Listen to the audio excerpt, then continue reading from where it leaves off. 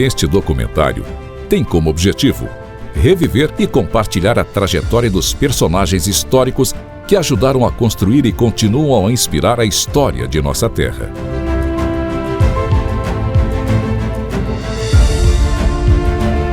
Algumas imagens e representações apresentadas foram obtidas de bancos de dados, álbuns de fotos pessoais e criadas com auxílio de inteligência artificial, podendo não refletir totalmente a precisão dos fatos.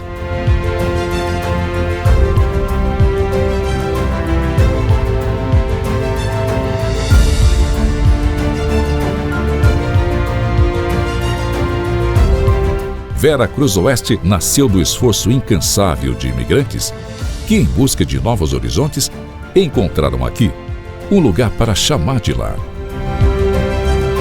Em meio à mata densa, rica em recursos naturais, surgiram histórias de luta, sacrifício e conquistas que moldaram o espírito e a identidade do município.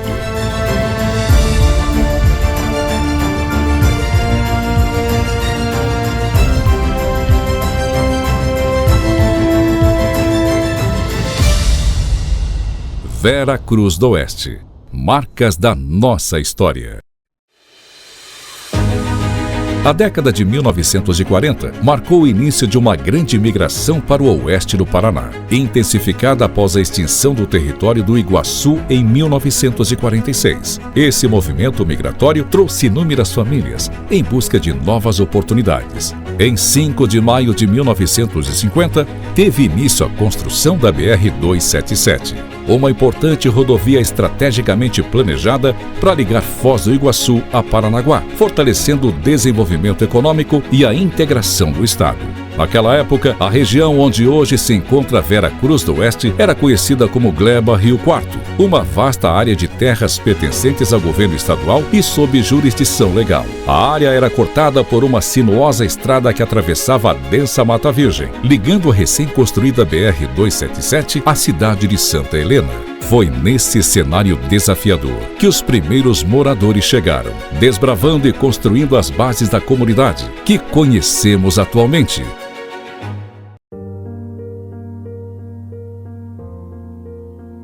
A gente chegou em agosto de 1955. Não tinha absolutamente nada aqui, nada.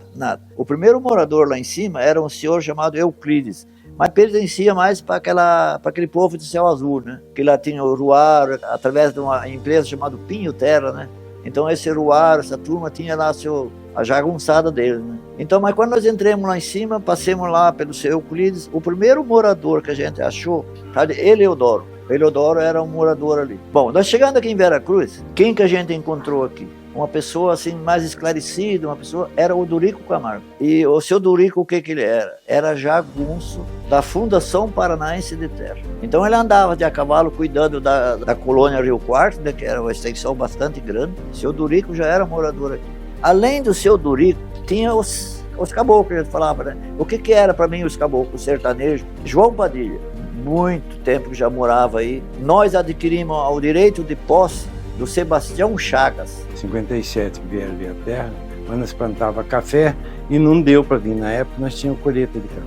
Em 58 terminamos a colheita, em 59 nós viemos para cá. Quando nós viemos para cá, o portão era aqui na sede do Correia Porto, que era a área de terra ali, pertencia ao Correia Porto, José Correia Porto de Abreu, que é dono do cartório de 1º de maio. Mas nós mudamos mesmo para Vera Cruz do Oeste em 1959, mas naquela época nem se falava Vera Cruz, não existia Vera Cruz, né? Naquela ocasião, nós pertencíamos ao município de Foz do Iguaçu. Aí, em 1960, foi emancipado o município de Medianeira e Matelândia. Aí nós passamos a pertencer ao município de Matelândia. Aí emancipou o Céu Azul.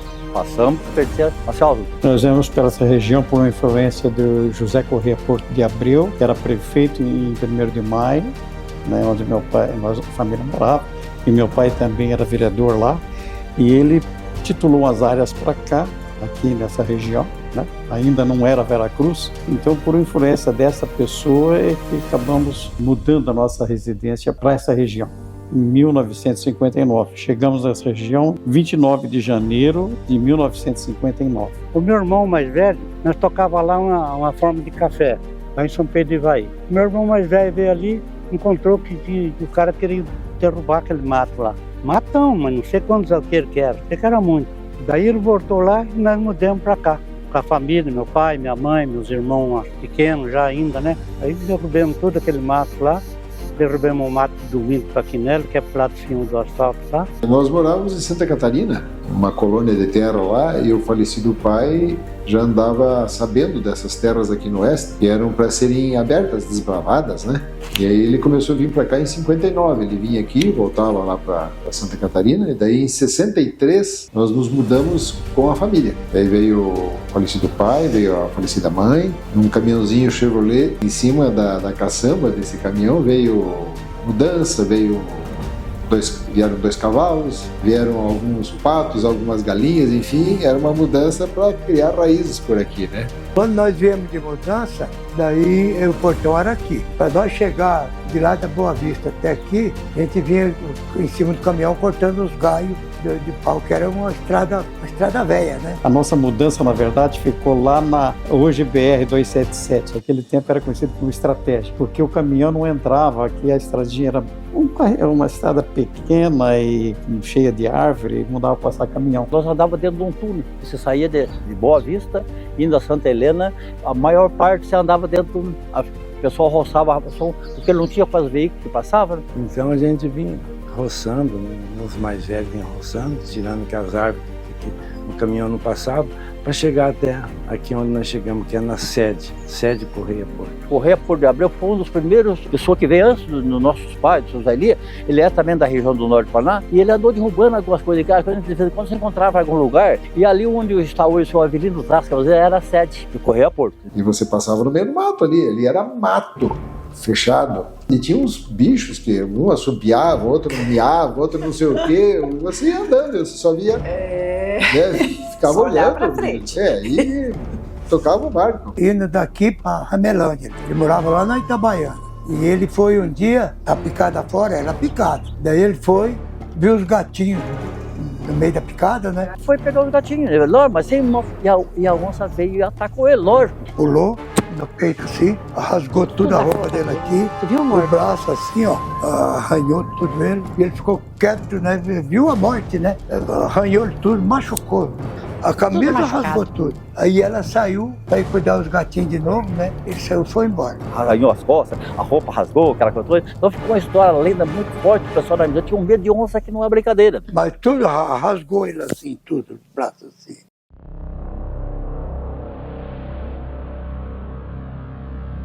Essa área que era uma área sequestrada, né? Tinha um portão ali, porque tinha uma demanda da Espéria com o Estado, e aí montaram um portão ali, tinha uns jagunços ali, né? E não deixava entrar. Ali tinha um portão ali, depois o portão foi mudado, ia para frente do Bernardo ali, né? Logo depois aqui para frente tinha o outro portão, ele simplesmente chegava e trancava, né? Daí você não entrava mudança, né? Pauzão assim, atravessado assim na estrada, né? Nessa altura assim. Mais ou menos assim, o cara fechava o portão, você chegava no portão, né? E daí eles iam lá abrir, saber para onde você ia, o que você queria. O cara tinha que apresentar o documento da terra, porque para não invadir as terras. Então é isso que era, a função deles era isso daí. Eu lembro quando o papai chegou a primeira vez, já estava lá o portão, e ele diz, ó, senhor Delfino, a escritura está aí, mas o senhor ainda precisa ir a Foz do Iguaçu, no fórum, você tem uma autorização do juiz para o senhor entrar na sua área. Muitas mudanças vinham ali, barravam no portão, nem deixavam entrar a mudança. Tinham lá o Maringate, o Cobrinha, tinha uns caras aqui, os caras matador mesmo. A função deles era isso daí. O pessoal hoje fala era jagunço, era doido. Tá certo que eles faziam, às vezes fizeram alguma coisa errada lá. Um jagunço chamado Maringá foi um dos mais terríveis e cruel jagunço que tinha aqui na região. Era perverso, cara. A função dele era expulsar poceiro, implantar o terror, né, para o cara sair. Né? A pessoa ia derrubar o mato, ia tirar o palmito para levar para a palmiteira, que era Selva Azul, precisava dar dinheiro para eles deixar tirar. Por isso que eu falo que eles fizeram muita coisa boa, mas eles fizeram coisa bárbara também. Foi morar uma prima minha que estava casada de novo, os jagunços foram lá e carregaram ela. Ele chegou e pediu para ela, você tem uma espingarda aí? Eu tenho um bando de jacu ali, e eu queria matar, e eu vim sem arma. Ela pegou e deu a espingarda para ele, né? Falou, não, eu quero você. Pegou ela, apanharam na marra, em cima do cavalo, amarraram as pernas dela e levaram. Daí ele levou ela, ficou 8 dias no barraco dele. O marido dela era um paraguaio, aí eles fez tocaia, né? Veio pro mato, um desses jagunços ele matou.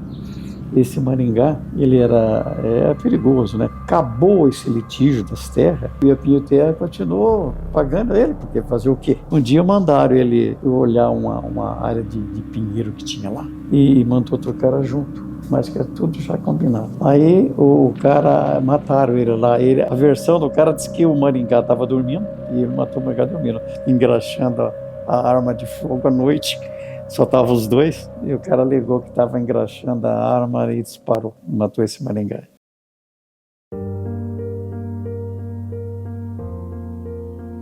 Só tinha naquele tempo, só tinha o Mascarello lá em cima, o Ricardo Mascarello, lá na Boa Vista, né?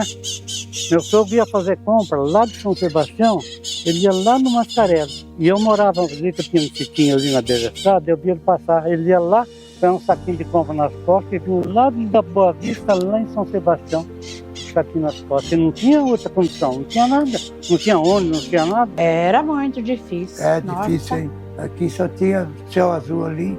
Nem céu azul não tinha médico. Não tinha. A dona Emília, que era uma enfermeira, era médica do povo, né? Só que a enfermeira, uma senhora de idade. Já teve uma época, por exemplo, eu desci em Céu Azul e não tinha carona para vir para cá. E eu bati a pé lá de Céu Azul até lá embaixo. Eu me lembro daqueles tempos assim, fiquei emocionado. Porque, eu imagino. Porque a gente não tinha dificuldade, eu não sentia dificuldade nas coisas, sabe? Parecia assim que você, isso aí é café pequeno, você toca o barco. Era muita poeira, a gente não tinha água encanada, não tínhamos energia elétrica, né? Era tudo na base do lampião de gás, a água era de poço. Era uma vida difícil, mas muito divertido. Choveu, era umas semanas aí, sem pensar em sair, que não tinha como. Era muita chuva, muito barro, né? Tava soja, mas cortando na faquinha, assim, triar. A foicinha, como diz os gaúchos, né? Plantava feijão, e eu tinha café também. Quando eu entrei ali, eu já vi na mente de plantar café, né? Arroz plantava bastante. Plantava tudo, arroz, feijão, soja. Nós não tinha condições aqui de comprar um vidro de remédio, porque não tinha. A gente ia a Santa Helena de a cavalo para poder comprar. Sair daqui de manhã cedo para comprar um medicamento, uma coisa.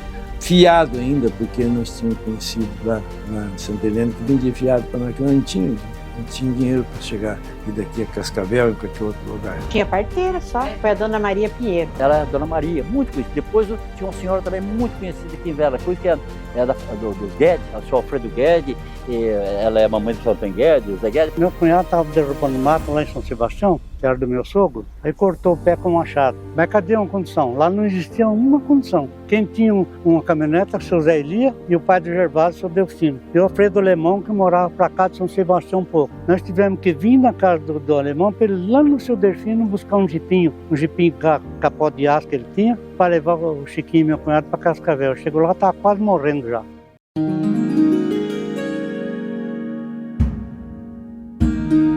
Início do desbravamento, né? Teve o ciclo do palmito.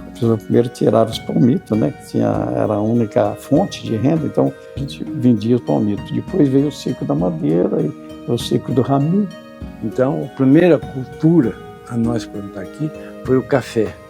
Foi os primeiros de limpar, derrubar, queimar, descorvarar, que a gente descorvará para plantar o café. Plantamos o café. Meu pai, quando veio, a intenção era formar café, mas depois veio uma geada muito forte, acabou destruindo o cafezal, e naquela ocasião o governo até ofereceu um valor, 50 centavos por pé de café, para você arrancar o café. E aí meu pai acabou, e tinha 70 mil pés de café plantar, arrancou tudo. Daí ficamos com uma situação muito difícil. Tentamos plantar hortelã, plantado ali também na Água do Ouro, na Santa Inês, por ali, plantamos hortelã, para se ajudava. O início foi difícil, a exploração, aqui teve o ciclo da madeira, que foi muito importante para a história da nossa cidade, porque aqui era uma região de madeira de lei, muito rica em madeira de lei, e começou a vir aqui as madeireiras, né? A primeira serraria que nós tivemos aqui foi bem onde está o portão, o senhor de Londrina, Jorge Hassan. Ali depois acabou tendo o nome de Serraria Carazinho. E aqui no fundo, já indo para São Pedro, existia um pessoal lá no fundo, que veio do Rio Grande do Sul, falava a Serraria do Goela, uns pinheiros, eles começaram a serrar pinheiro. E aí começou a vir Serraria, Miguel Carvalho, Oswaldo Gonzato, o Isidoro, o Jorge de Andrade. Isso foi importante no início aqui. A verdade é que dentro de pouco tempo, teve época que nós temos 13 ou 14 serrarias no distrito. Comprei uma madeira da casa, né? E para fazer a cobertura, comprei o pinheiro na Praça São Pedro ali, cortava as torinhas dele assim, tirava as taubinhas para cobrir a casa. Aquela taubinha, tipo de uma teia assim, sabe? Então, cheguei aqui com 20 anos de idade, né? A gente mexendo com serraria. Grande parte dessas matas eu andei, porque a gente comprava o mato a olho, né? Você tinha que dar uma olhada, mais ou menos, era 20 alqueires, 30 alqueires, 50 alqueires. Você olhava, fazia uma oferta para o proprietário, e aí nós tirávamos a madeira. E essa serraria trazia consigo as famílias. Ali tinha os empregados, toda a serraria tinha a sua colônia e trouxe muita gente. E depois começou a vir mudanças, era 4, 5 mudanças todo dia, né? Tinha um cartório ali, hoje é o posto central, o primeiro cartório era ali, cartório de madeira e tal. O cartório não tinha muito movimento, eu ficava na porta contando os caminhões de mudança que chegavam. Tinha dito chegar 15 caminhões de mudança. Foi rapidamente, começou a crescer. Quando surgiu mesmo o grande movimento, o Sakai também surgiu junto ali, porque o Sakai acreditou em Veracruz. Paulo Sakai veio para conhecer essa região, era de Roncador, e já veio com mudança para cá. Ele trouxe 3 caminhões, e trouxe a família, trouxe umas lonas, e eu tinha umas casas desocupadas, as mulheres, as crianças ficaram nessa casa minha, e os homens ficaram debaixo da lona. Ele falou assim, compadre, vamos para lá. Aí meu sogro veio e gostou. Aí veio tudo, as famílias, veio o compadre Paulo, o Paulo da farmácia, veio professora, que é a esposa dele, veio a compadre Darcy também com sorvetaria, e José, bar, e mais outro bar, e padaria, veio muita gente assim. Quando chegou a família Sakai com todo esse pessoal, começou a cidade. Então os caras admiraram, dentro de pouco tempo, não tinha nada, daqui a pouco começou a cidade. Não tinha quase nada, e a família Sakai foi muito importante nesse aspecto. Ele vendia para receber na safra, e todo mundo comprava com o Sakai. No início de Veracruz, por essa influência que ele trouxe o pessoal com ele. Né? Muitas pessoas fizeram a casa, se fazia a casa para pagar dali um ano. Isso daí que foi crescimento de Veracruz. As madeireiras ajudaram a construir. E a gente vendia madeira para o camarada construir casa, a gente vendia facilitado para a pessoa pagar. Quantos negócios que a gente fez também perdemos, né? Mas facilitamos bastante para muita gente. Foi facilitado ali para se construir uma casinha. O seu Isidoro, que veio lá de Santa Fé, e trouxe umas famílias junto, família das Neves, etc. E ele, na verdade, era uma pessoa tinha uma visão muito grande das coisas. Esse seu Isidoro montou uma serraria perto do lago municipal ali, e aí começou a criar um núcleo aqui.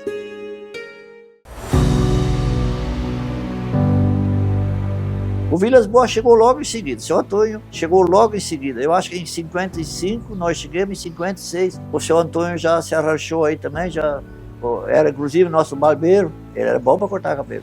Ele era barbeiro em Florestópolis, cortava bem cabelo. E depois logo apareceu o Mauro, né? Meu pai e meu irmão, o Mauro Vilas Boas, ficava lá na fazenda, né, abrindo lá e tal. E a gente morava aqui em Cascavel. Eu tinha, na época, 5 anos. Me lembro quando o Antônio começou, ele vinha aqui na propriedade, ele morava nas costas do rio, uma casinha de madeira lá, bem simplesinha, que ele fez lá. E ele vinha até na Boa Vista. Naquela ocasião eu trabalhava no Sr. Ricardo Mastella e ele deixava a eguinha dele pegar o ônibus que vinha de Foz do Iguaçu para ir a Cascavel, né? Ele comprou a fazenda para plantio, tanto é que ficamos um tempo ali e tal, abrindo, desenvolvendo a terra, abrindo e tal. Logo após a gente ir para lá, ele teve a ideia de fundar a Veracruz. O seu Isidoro deu uma ideia para o seu Antônio, olha, aqui é um ponto estratégico, a gente poderia fazer um loteamento. Ele falava que Veracruz era um futuro entroncamento. Você tinha a estrada que ligava a BR-277 até Santa Helena, tinha uma estrada que derivava ali e ia para Toledo. Então era o que ele falava, nós estamos aqui com a ligação de Santa Helena e de Toledo e Cascavel, né, Sal Azul. Até foi iniciativa, se deu essa ideia para o senhor Antônio, até o primeiro mapa de Veracruz aparecia Vilas Boas e Andrade. Ele só entrou com a ideia, ele acabou não entrando com recurso nenhum, e o senhor Antônio tirou, ele ficou sozinho. Meu pai era o seguinte, ele era semi-analfabeto, ele não terminou nem o primeiro grau, ele era politizado. Uma das características do meu pai era ouvir a voz do Brasil, né? Pegava à noite, pegava o radinho de pilha e tal, colocava no ouvido lá, ouvia a voz do Brasil, todo santo dia. E o seu Antônio Vilas Boas foi o primeiro juiz de paz. Fizemos muito casamento junto, eu e o seu Antônio Vilas Boas. O juiz de paz hoje só faz casamento, mas naquele tempo o juiz de paz era também um conciliador, porque a comarca era muito longe, a justiça era muito longe, ficava Foz do Iguaçu. Então todos os conflitos que tinha aqui, eles procuravam o seu Antônio. O seu Antônio Vilas Boas era um homem calmo, pacífico, muito dedicado à família. Quando uma parte que vinha queixada de alguma coisa, o seu Antônio mandava fazer uma intimação, eles vinham, e na presença do seu Antônio Vilas Boas, entrava e o seu Antônio fazia a conciliação e resolvia. A maioria dos problemas resolvia junto ao juiz de paz. Ele era visionário, né? Ele enxergava longe.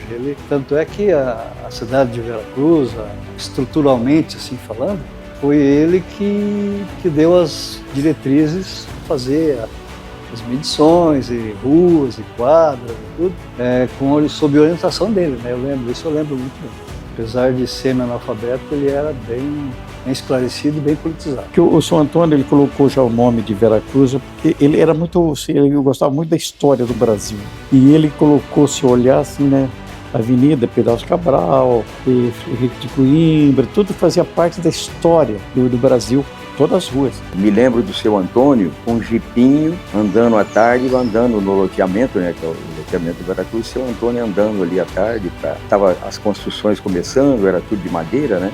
Porque quem escolheu, por exemplo, o nome da padroeira de Veracruz foi o São Antônio Vilas Boas. Até na hora, quando surgiu o nome, a gente renovado, falou, mas o São Antônio é lá de Minas Gerais, norte do Paraná, tá põe o nome de Santa Catarina. Mas eu pensei que Santa Catarina era daqui. Ele é nascido no dia 25 de novembro, né? Devoto a Santa Catarina, por isso que nós temos a Santa Catarina de Alexandria como padroeira de Veracruz. Como todas as coisas que ele fazia, ele tinha um porquê. Tinha um propósito ali, tal. Então, no caso da Santa Catarina, foi a mesma coisa. Né?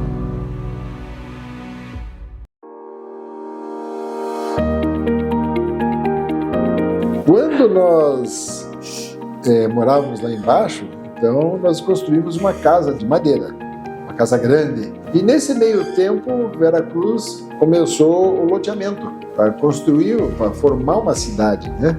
E aí nós compramos esses lotes aqui da esquina e aí a gente ficou pensando, caramba, nós com uma casa grande lá embaixo e a cidade aqui crescendo, resolvemos trazer a casa para cá. Desmontamos lá e trouxemos a casa aqui. E o seu Antônio Vilas Boas fazia muito esforço de trazer um médico para a cidade. Tinha muita gente aqui, na região nossa aqui. Aí apareceu um médico que veio lá do Rio de Janeiro e ele procurou um lugar aqui, não tinha onde trabalhar, falou, nós oferecemos, ó, a casa está aí, se quiserem, né? Ele começou a trabalhar, aí eu me formei em 71, dezembro, em 72 comecei a trabalhar junto com ele, trabalhamos um ano junto, nesta casa de madeira, daí fizemos algumas adequações e começamos a trabalhar. Daí em 73 eu fui para o Rio de Janeiro, quando eu voltei de lá do Rio, esse colega nosso aqui, ele falou, não, eu não vou ficar aqui mais. Aí ele foi embora e eu fiquei com a casa que era da família nossa, né, de madeira, que já era hospital de madeira. E aí, quando foi em 76, daí eu casei com a Gelcir, né, dia 13 de março. 13 de março. Começamos a trabalhar ali no hospital, você fazia o que dava para fazer. Deu os primeiros atendimentos, botava às vezes a pessoa em cima de uma caçamba de uma caminhonete para levar para Cascavel. E vai de ambulância, você não contava, não existia isso. Você olhava, via, tinha bom senso, olhava, isso aqui não é complicado, não tem nada de fratura exposta. Só imobilizar, passava um gesso e resolvia o problema. Aqui não tinha esse negócio de anestesista, não existia. Pediatra não existia. Então, falando de gestante, você tinha que fazer o quê? Você tinha que anestesiar a gestante, deitava a paciente na mesa, a enfermeira cuidando ali do estado geral do paciente. Era uma atendente naquele momento. É uma atendente, você falava enfermeira, técnica de enfermeira, não existia isso aí. Aqui não. E graças a Deus, 99% saía muito bem. Sim. Você fazia aquilo do jeito que dava. A situação era muito precária, muito precária. Você deu uma ideia, na casa de madeira tinha um banheiro, era banheiro da casa.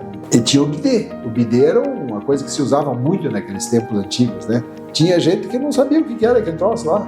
Achava que era vaso. Em vez de fazer cocô no vaso, fazia no bidê. Bem essas coisas.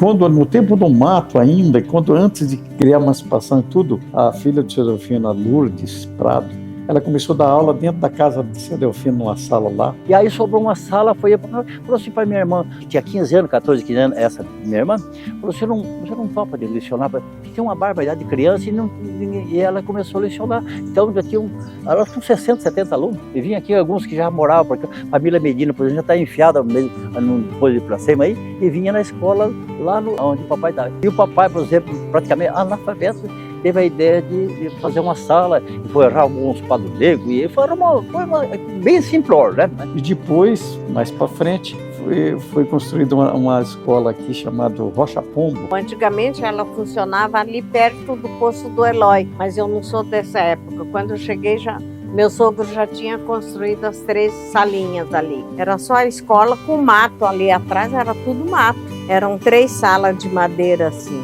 E daí não tinha carteira, aí foi construída aquelas carteiras que sentava em 3. Era tudo muito difícil, mas era muito gostoso, né? Dia de barro para atravessar, daqui a gente dava aula do lado de cá, depois tinha que passar para lá. Naquele barro, pisava o barro e ia dar aula do lado de lá, depois voltava para o lado de cá de novo. Amarrava saco plástico nos pés assim, né? Uma coisa que marcou muito Veracruz foram os desfiles de 7 de setembro.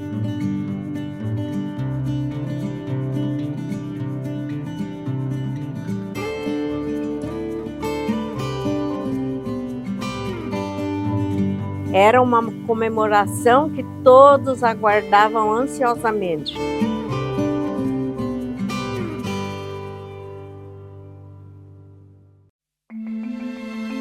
O Miguel Mato Grosso é o seguinte, ele tinha um boteco ali, na saída de Veracruz ali. E o finado Fio fez outro boteco lá de lá. Aí começou uma concorrência, sabe? E o finado Miguel Mato Grosso, ele chegou de Cascavel, o finado Fio estava jogando bola, tinha um campinho assim. Aí eu entrei lá brincando com esse bola. Quando eu vi, o Miguel Mato Grosso desceu, beirando o trio assim, beirando o campo. Entrou no campo, daqui de você assim, eu estava longe. Ele só falou, vira pra cá pra morrer. Matou assim do nada. Aí o filho chegou a levantar as pernas assim. Ele veio mais perto assim, conheceu quem que é homem, deu mais 2 tiros. Matou o cara no meio do campo. Aí quando ele viu aqueles tiros, aquele caindo assim, não ficou ninguém na beira do campo. Todo mundo correu. Aí o Zico Elias, ele tinha um burrão, estava amarrado o burro assim. Ele montou no burro, chegou esse fora, mas esqueceu de desamarrar. Esqueceu de desamarrar o burro empinava tudo isso. Ave Maria. Cavalo só erguia. Meu Deus do céu, que apuro. A história da Dilma aí é que nós tínhamos um camarada que se chamava Bernardino. Ele era do exército, ele era sargento do exército. Então esse Bernardino saiu do exército e fez o chácara em Santa Terezinha do Itaipu, São Miguel, por ali. O que o Bernardino era dessa turma? Instrutor de sobrevivência da selva. Então o que eles faziam? Vinha, por exemplo, não muito, né? Vinha um bandinho de 4, 5, eu pegava eles, largava eles ali onde era a estância Santa Mônica, ali, né? Naquela baixada ali, eu largava eles ali, daí eles marcavam, ó, daqui 3 dias, daqui 4 dias, tal hora, você vem pegar nós. Eles se enfiavam dentro daquele parque, mas sem nada. E numa dessas tinha uma mulher, Júnior. Daí jantaram aqui em casa, né? E no outro dia, eu fui cedo com eles, que eu tinha táxi, né? No outro dia cedo eu levei para lá. E essa mulher não era nada mais do que a Wanda. Quem que era a Wanda?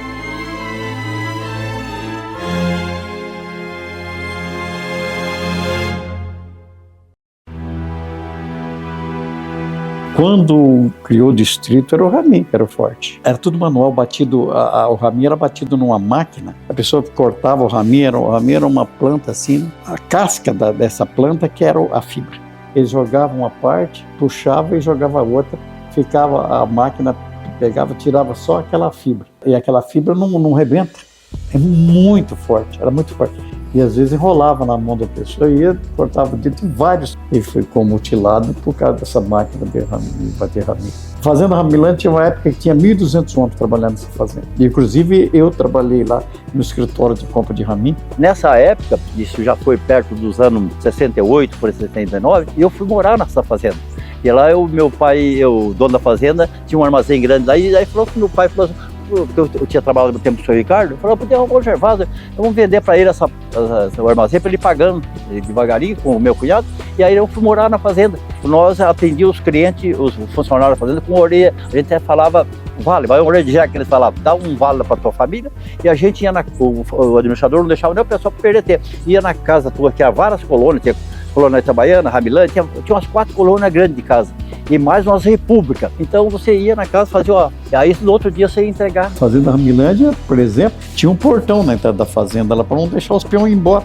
Eles traziam o peão no pau de arara, ia lá em Minas, trazia o pessoal dentro do caminhão, dentro de um todo do caminhão, deixava a família lá e vinha até. Eu fui 3 vezes lá em Minas Gerais, e na Bahia, no canto da Bahia ali, para trazer, porque eles vinham em cima do caminhão. E muitos que vinham ali, chegava aqui e não queria trabalhar, porque não conhecia nem o que era raminho. Vinha de lá para cá, contrato para prestar serviço 2 anos. Chegava aqui, aí eles cobravam dos caras a viagem. O cara trabalhava aí 2, 3, 4 meses e acertar a conta estava devendo. Aí os caras não deixavam, tinha um portão lá para não deixar os caras fugir. E alguns fugiam. O funcionário fugiu. E aí foram para Céu Azul, alcançaram ele em Céu Azul. Estava na rodoviária, pegaram, mas ao invés de revistar o rapaz direitinho, ele estava armado. Chegou uma hora, o cara meteu o canivete no cara lá e não acertou direito. Pararam o jipe e o cara matou o cara, porque fugiu da fazenda, porque ele estava lá há muito tempo, não estava devendo ainda para fazer.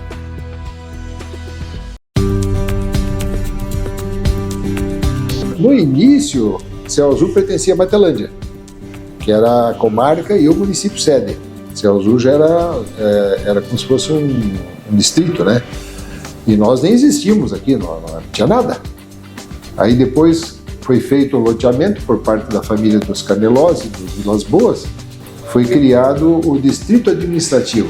Nesse meio tempo, Céu Azul emancipou de Matelândia. Nós ficamos pertencentes a Céu Azul.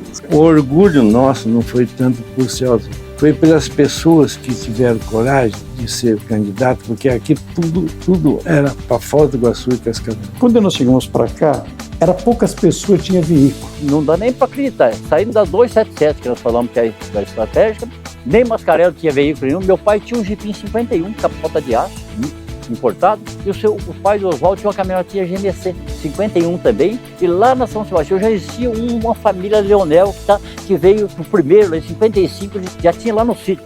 Eram os 3 veículos que tinha aí. E quando acontecia qualquer coisa aqui, a mulher ficava doente, por exemplo, ganhar neném, quem levava, transportava para Cascavel era nós. E aí o meu pai começou a ficar um líder em qualquer coisa, as pessoas concorriam lá no meu pai. E quando o Massarolo foi candidato a prefeito de Matelândia, convidou meu pai, soube dessa liderança, ele convidou meu pai para ser candidato a vereador. O senhor Zé Elias foi vereador por Matelândia, que daí começamos a ter alegria, porque não tinha mesmo, não tinha nada disso. E meu pai tinha uma influência, já conhecido com o deputado Dr. Roberto Galvani, era diretor da Copel, depois foi deputado. Por essa influência, o senhor Antônio conseguiu registrar o loteamento no dia 22 de setembro de 66. Registrou o loteamento.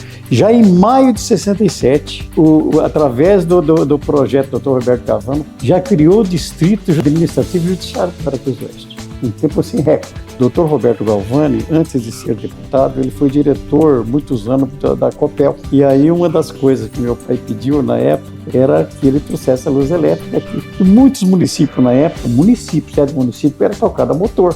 Ele falou, eu vou levar a luz aí. Pouco tempo depois, se eu não me engano, em 71, 72, antes de emancipar, e já conseguimos luz elétrica. A energia chegou, tinha que ter um curso para quem fosse mexer com energia, da Copel. E fui o primeiro eletricista oferecido pela Copel, que podia colocar caixinha, podia ligar a luz. E isso aí eu tinha o orgulho de ser o primeiro. Foi o primeiro município do interior do Paraná que ganhou com DDD. Você não precisava ligar para telefonista, porque a maioria dos municípios antigos que tinham telefone, você chegava, dava um número lá, telefonista, alô, me liga para tal pessoa. Daí você soltava o telefone e ela atentava a chamada e o programa te avisava, ó, prim, prim, telefonista, ó, a sua ligação está pronta, você pode atender. Aí você ligava, alô, alô, né? Falando com o cidadão lá, porque houve uma intermediação no meio. E quando veio a linha telefônica para cá, veio com DDD. Isso para nós foi uma coisa fantástica. Porque você ligava direto daqui, você ligava para Cascavel, ligava não sei para onde, não tinha que... Era DDD que chamava, né? Descarte de distância direta, né?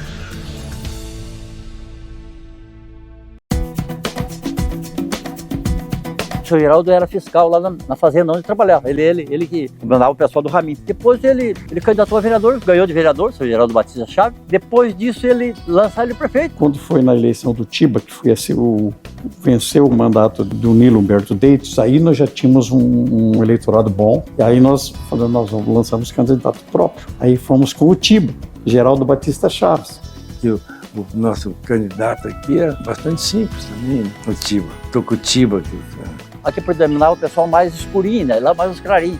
Então o senhor Ricardo, eu vou mandar umas 2 carretas de banana para essa macacada. Teve um desfile, quando eles colocaram uns pés de bananeira, caixa de banana, tentando humilhar o pessoal de Veracruz, né? A maioria do povo aqui era de cor morena e preta mesmo, assim. Então, ele quer macaco. Banana, quem come banana. Aí que ele levou a breca. O próprio até a gente do Céu Azul acabou voltando para o candidato de Veracruz. Eu pensava para ir em Céu Azul. Quando ele precisava ir em Céu Azul para alguma coisa, você pensava, rapaz, olha... E eles tinham mesmo aquela... Era um revanchismo, uma coisa impressionante. Naquela eleição nós ganhamos do Céu Azul. Então ganhou o prefeito e vice. Tínhamos 5 vereadores. O Tuti, o Walter Souza Luz, o Antônio Guedes, Milton Ramiro e André Mulari. E aí teve até o Tomazinho, quando ganhamos a eleição, o Tomazinho é muito líder, aquele político, aquele jeito dele. Então aí o seu Nelson entrou com um projeto para mudar a sede de Céu Azul para cá. A gauchada não, e aí fizeram um dia no cinema, ali uma reunião, e a gauchada veio tudo armado. E era para aprovar, para mudar a sede. Aí deu aquela revolução, cara, o Céu Azul se revoltou. E meu pai, um dia numa reunião, meu pai falou, não, eu não concordo, podemos emancipar. Nós criamos o nosso município, não tirar de Céu Azul. Aí o governo interviu, falou, não, vamos fazer o seguinte, vamos criar o município de Veracruz do Oeste e não vamos mudar a sede, não. Né? E aí, no fim, nós vamos acertar de que lutasse por emancipação e, de fato, ocorreu isso em 79, né? E quem emancipou Veracruz mesmo foi o Geraldo Batista Chaves, né? Meu irmão Mauro participou também. A lei foi assinada no dia 27 de dezembro de 79 e publicada no Diário Oficial no dia 28 de dezembro de 79.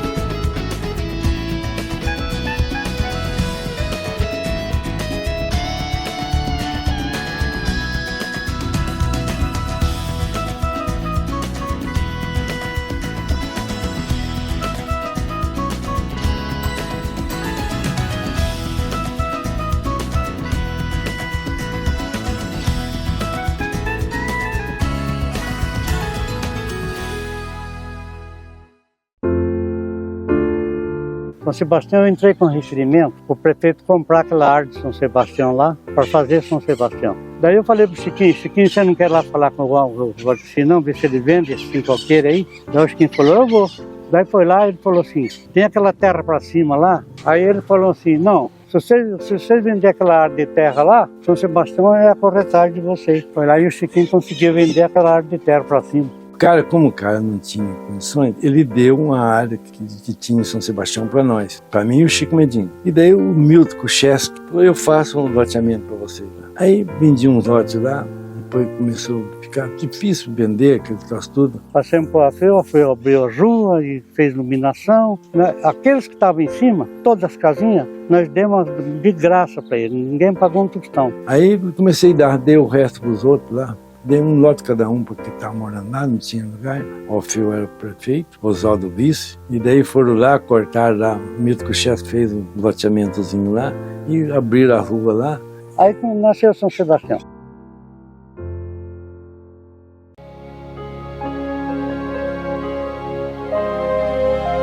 E o Tiba ganhou mais 2 anos e a eleição saiu depois em 82. Até eu concorri a prefeito, 5 candidatos a prefeito e ganhou o Tomazinho, que foi o primeiro prefeito. Em 1982, Veracruz não era distrito de Céu Azul. Em 83, aí emancipou Veracruz. Néstor Tomazinho foi o prefeito, eu também me elegi junto com ele, 6 anos, que era 4 anos, mas aumentou 2 naquela época, ficou para 6 anos. Aí que veio o sofrimento, porque nós ficamos sem nada. Nós não tínhamos, se mostrar para você aonde que foi a primeira, nós não tínhamos aonde colocar um um remédio. Era distrito, município era Céu Azul. Nós ficamos, não tínhamos sem uma máquina, não tinha nada.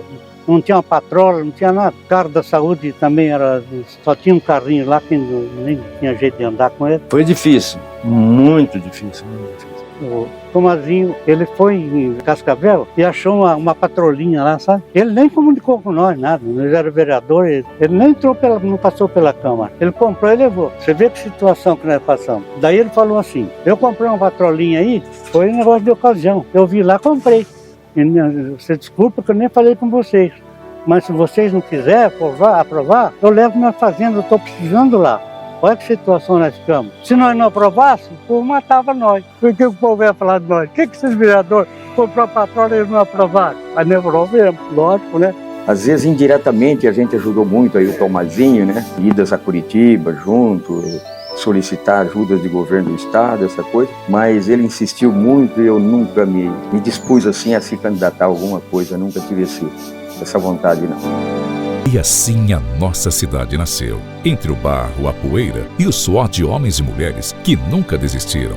Cada passo dado, cada árvore cortada e cada pedaço de terra cultivado foi um testemunho da força e da resiliência daqueles que acreditaram em um futuro melhor, mesmo quando tudo parecia impossível. Hoje, ao olharmos ao redor e vermos ruas, escolas, casas e famílias, é impossível não lembrar das histórias que nos trouxeram até aqui. Não foram apenas paredes erguidas, foi o sonho de uma comunidade, construído com coragem, fé e determinação. Que a memória desses pioneiros continue viva em nossos corações e sirva como inspiração para as futuras gerações. Pois, assim como eles transformaram o inóspito em lar, cabe a nós preservar o legado e construir um futuro ainda mais próspero para a nossa cidade. Este documentário é uma singela homenagem a esses heróis anônimos, cujo esforço e dedicação jamais serão esquecidos, porque a história deles é, acima de tudo, a história de todos nós.